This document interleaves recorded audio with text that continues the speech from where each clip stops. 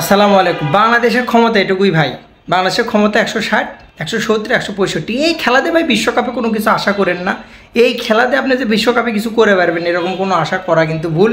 আপনি শুধু যা দেখবেন, টিভির সামনে বসবেন, কোনো রকম খেলা হবেন, আউট হবি চলে আসবে, আউট হবি চলে আসবে, এরকম একটা ম্যাচ দেখবেন, আর কিছু না।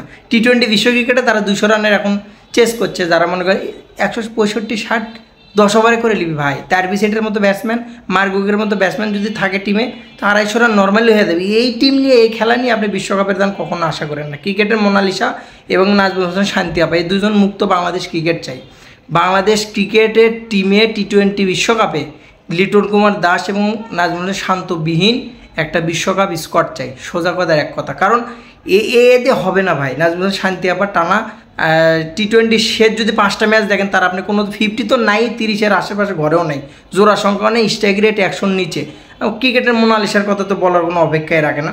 কী কারণে ম্যানেজমেন্ট যে কী খেলাচ্ছে আল্লাহ জানে, ভিডিও ফুটেজ আছে কিনা ওরা আল্লাহ ভালো জানে। কী কারণে যে খেলাচ্ছে বাংলাদেশের ম্যানেজমেন্ট, ক্রিকেটের মোনালিসা এই লিটন কুমার দাসকে, মানে আউট হওয়ার জন্য আউটকে বলতেছে তুমি coming coming coming coming, out হচ্ছে না কেন? শেষে যা কী হবে, পিছন দিকে হুম বলে না গুঁতো দিয়ে মিস্টাম উড়ে গেল ভাই। শেষে যা কী হলো, আউটটা কিন্তু হয়ে গেল।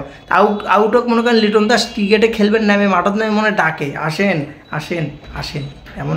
এই যদি হয় বাংলাদেশ ক্রিকেটের অবস্থা ভাই, এই যদি হয় মনে করেন টার্গেট দেয় 160, তাহলে বাংলাদেশ ক্রিকেট নিয়ে ভালো কোনো আশা করা পাপ, এটা কোনো করাই যাবে না, কোনো ইম্পসিবল কোনো বিষয় না।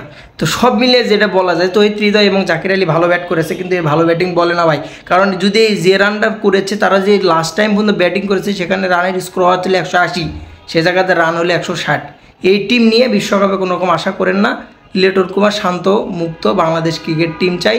স্বপ্ন দেখা বাদ দিলাম, আজকে টি-20 বিশ্বকাপ দেখাও বাদ, কারণ এই টিমের আশাও নেই, ভরসাও নেই, কিছুই নেই। ভালো থাকবেন। আসসালামু আলাইকুম।